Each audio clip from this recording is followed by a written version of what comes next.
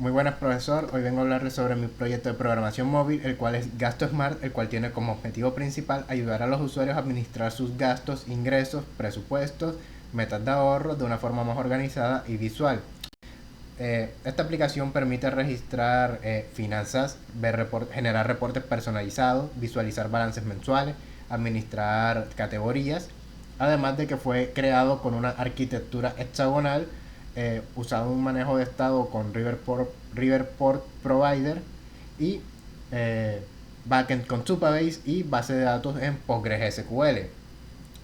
Hablando un poco más del proyecto, de cómo surge esta idea, surge debido a que nos dimos cuenta de que las personas realmente no tienen un registro real sobre sus gastos. No llevan cuánto gastan, en qué lo gastan, cuánto ahorran, cuánto ingresan realmente. Entonces se nos ocurrió crear un sistema que engloba todas esas necesidades en una sola aplicación, donde el usuario pueda ver sus movimientos, controlar sus gastos y tomar mejores decisiones financieras a futuro.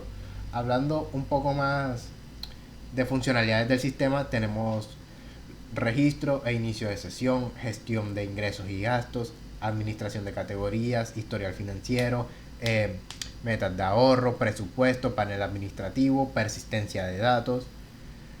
Hablando un poco más ya de la estructura del código, del patrón hexagonal y del por qué elegimos utilizar patrón hexagonal, es para separar las responsabilidades por capa para mejorar la organización, escalabilidad, mantenimiento, reutilización de código, pruebas unitarias.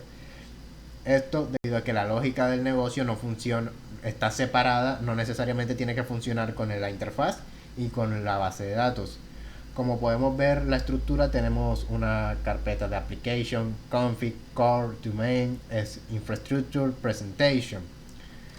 Hablando un poco ya más a fondo, tenemos la capa domain, en la cual tenemos tres subcarpetas, las cuales son entities, repositories y use case. En entity encontramos varios archivos, por ejemplo, transaction entity, el cual esta entidad representa una transacción financiera definiendo sus atributos principales utilizando el dominio. En la parte de repositories tenemos que aquí se definen las operaciones del sistema, pero no se define cómo se implementan. Esto permite el desacoplamiento entre dominio e infraestructura. Y en el caso de uso, tenemos aquí a Transaction Use Case. Este caso de uso encapsula acciones específicas del sistema y se ejecuta la lógica para agregar la transacción. Eso sería todo por parte del domain. Ahora aquí en la capa de aplicaciones con Provider. Esta capa de aplicación se encarga de conectar la interfaz con la lógica del negocio. Aquí se encuentran los controladores Provider y Providers. Usamos un manejo de estado con Riverport. ¿Por qué con Riverport? Porque, con Riverport y con State Notifier. ¿Por qué con Riverport? Pues para mantener mejores estados reactivos y desacoplados, mejorando la mantenibilidad, escalabilidad, organización, una actualización de la interfaz y separación entre la lógica y el UI. Por ejemplo, aquí en el archivo App Providers tenemos esta parte de aquí que es Supabase Client Providers. Aquí donde se inyecta la dependencia principal del Supabase utilizando el Riverport. Esto permite que cualquier parte del sistema pueda acceder al cliente sin depender directamente de la implementación. Y abajito la siguiente es el Supabase Data Source Providers. Este provider conecta la aplicación con Supabase directamente utilizando las dependencias. Aquí más abajo tenemos Transaction Controller. ¿Qué es esto? ¿Qué hace esto? Este controlador se hereda de State Notifier, como se puede ver aquí. Esto significa que cualquier cambio que se haga, cambio de estado que se realice, va a actualizar la interfaz completamente. Aquí es donde se controla toda la lógica reactiva relacionada a las transacciones. Si yo, por ejemplo, ingreso, eso lo veremos más adelante cuando esté corriendo el código, si yo ingreso una ganancia, por ejemplo, como puede ser mi mensualidad, ya ahí me llegaron mis 2 millones de pesos. La interfaz se va a reconstruir automáticamente para mostrar esos 2 millones de pesos. También tenemos más abajo, Transaction State. ¿Qué hay aquí? Aquí centralizamos toda la información reactiva del sistema, donde almacenamos los movimientos, ingresos, gastos, balances, errores, estados de carga. Volviendo aquí a Transaction Controller, aquí está, tenemos varios métodos. Por ejemplo, el método Load, que es este. Este método obtiene todos los datos desde Supabase y actualiza automáticamente el estado. Cuando yo inicio la aplicación y ya tengo algunas cosas registradas, no me va a aparecer en blanco, obviamente. Va a llamar a los datos cargados desde Supabase y se me van a mostrar como antes de yo salirme de la aplicación. También tenemos un método Add. Este método permite agregar una nueva transacción financiera por medio de una actualización automática. Cuando el estado cambia, Riverport reconstruye actualizando todo en tiempo real por medio de este fragmento de código. Este state igual state.copywith. Esto es lo que permite reconstruir la interfaz por medio del Riverport, esta línea. Y si hay algún error, pues saltará un mensaje de error. De mismo modo funciona con History. Tienen un funcionamiento muy similar. Ahora hablaré un poco de la persistencia local con el Share Preference. Se encuentra en Infrastructure y Services. Además del backend con Supabase, el sistema también implementa persistencia local utilizando el Share Preference, como ya mencioné, importando la librería correcta, que en este caso es Share Preference, sharepreference.dart.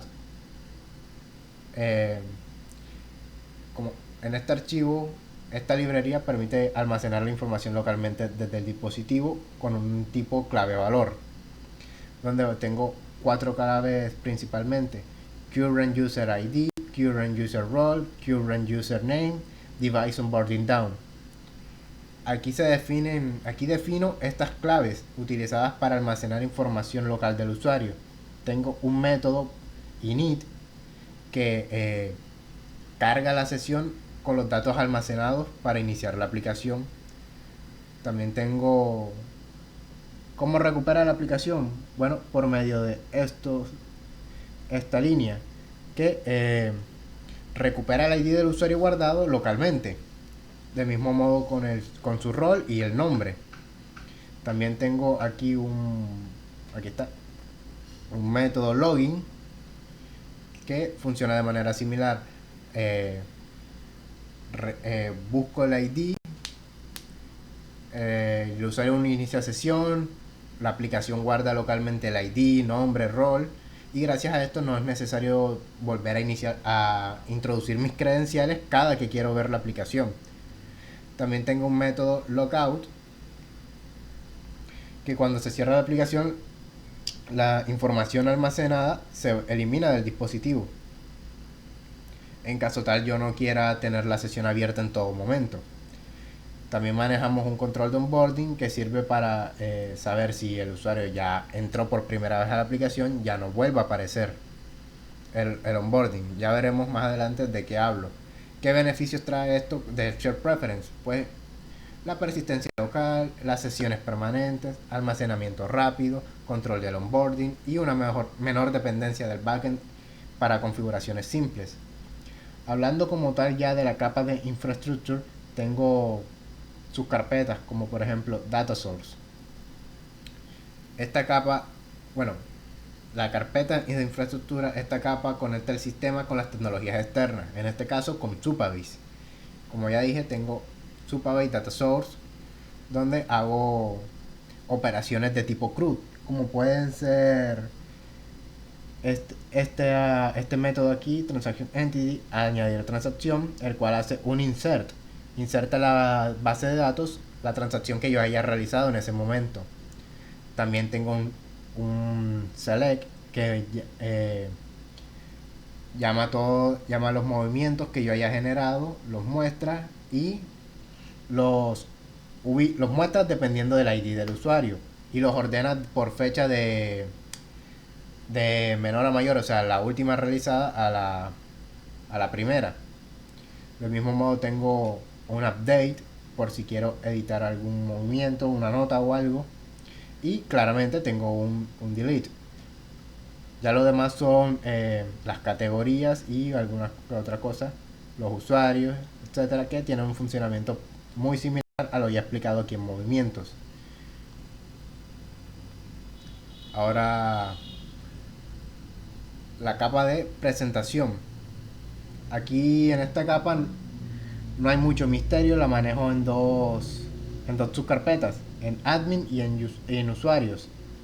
Esto es básicamente pues las rutas de mi aplicación y enteramente toda la interfaz. Por ejemplo, tengo aquí en homepage, en toda esta sección yo muestro lo que es el balance general, los ingresos, gastos, historial, gráficas y un resumen financiero.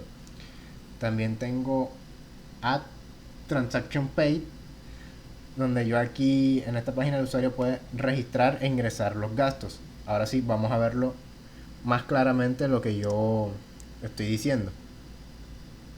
Esperamos a que inicie el programa.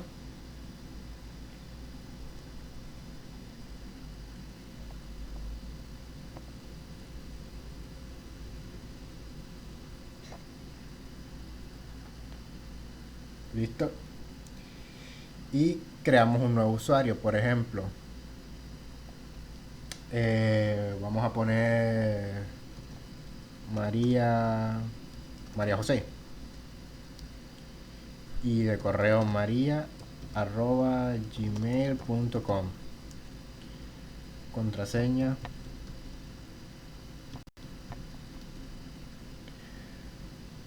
Esperamos un momento. La cuenta se ha creado correctamente, entonces ingresamos con nuestras credenciales. Aquí me aparece el onboarding, primera vez que entro, controla tus gastos, visualiza el dinero o puedo saltar esta sección si quiero. Listo, obviamente inicio en cero, no tengo ingresos, no tengo gastos y vamos a ver lo que yo decía de Add Transaction Paid, es esta, la cual que por ejemplo si yo ingreso una transacción 2 millones, 200, 2000, 20.000, 200.000, 2 millones y guardo el movimiento, se ve reflejado aquí automáticamente el Riverport Provider junto con el Step Notifier reconstruyeron toda la interfaz, toda la interfaz para darme la notificación de los 2 millones. Pero ahora voy a añadir un gasto de transporte. Esta semana gasté 37.000 pesos en transportes y vamos a añadirle una nota. Los transportes cada vez están más caros, algo así. Ahora yo guardo ese movimiento. Vemos que claramente otra vez se reconstruyó mi interfaz, se descontó mi gasto y se me ve reflejado aquí en este pequeño gráfico. Si yo ingresara otro, obviamente habría otro de otro color. Se ve reflejado también en el historial y en los reportes. Aquí está mi perfil de usuario y eso sería todo por el lado del usuario común. Pero ¿qué pasa si yo entro como administrador?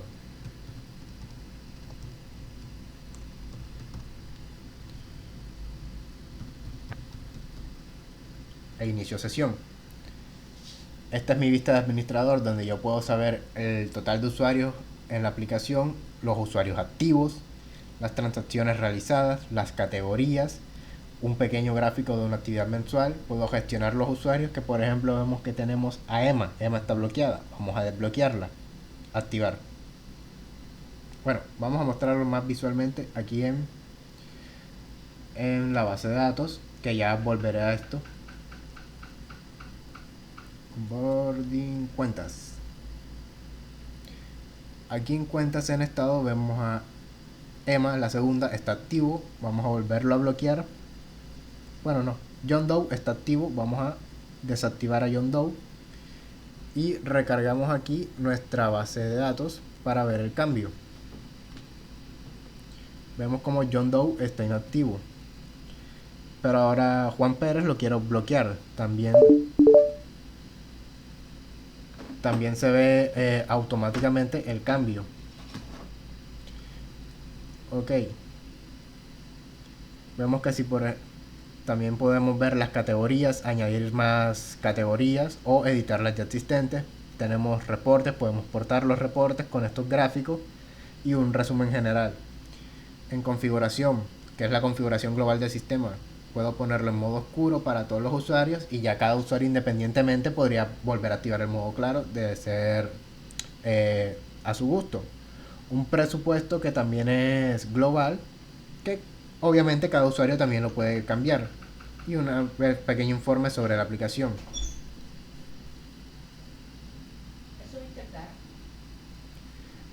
Bueno, viendo aquí la prueba, tenemos que ¿quién es? Juan Pérez está bloqueado. Vamos a intentar con Juan Pérez. Juan@gmail.com 1, 2, 3, 4, 5, 6. Usuario inactivo o bloqueado, claramente, nunca me va a dejar entrar por él. Bueno, eso sería todo por el parte del código, cómo funciona visualmente. Ahora hablaré un poco de la base de datos. Ok, aquí está. Estas son las tablas que hemos creado: cuentas, presupuesto, categorías, movimientos, reportes personales, historial, metas de ahorro, onboarding, detalle historial y configuración del sistema, que es la configuración global antes mencionada.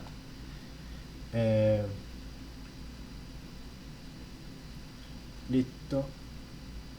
¿Y qué tal si intentamos buscar los movimientos realizados por el último usuario, que en este caso es María José? Vamos a copiar su ID. Y por ejemplo hacemos bueno, aquí ya está hecho. Seleccionamos todos los datos del movimiento cuando el usuario sea igual, el usuario ID sea igual al de María José en este caso, y nos va a mostrar exactamente lo mismo con la nota. Estas son las sentencias que usé para crear mi base de datos. Y bueno, profesor, eso sería todo por mi parte. Espero que le haya gustado la explicación, que todo haya quedado claro.